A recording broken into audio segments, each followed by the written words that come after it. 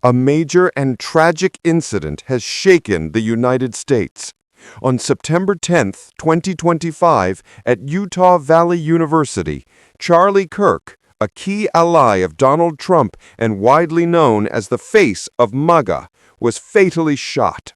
The shots were fired from the rooftop of a nearby building more than 100 yards away. This shocking event has not only rattled America, but also captured global attention. According to eyewitnesses, unusual movements were observed around the campus before the shooting.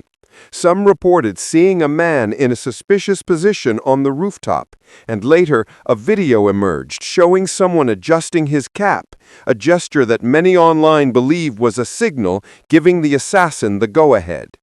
Another clip surfaced showing a man running along the rooftop immediately after the gunfire.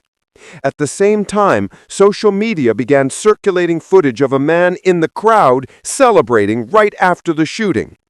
That man has been identified as Matt Tabor, a known critic of Charlie Kirk.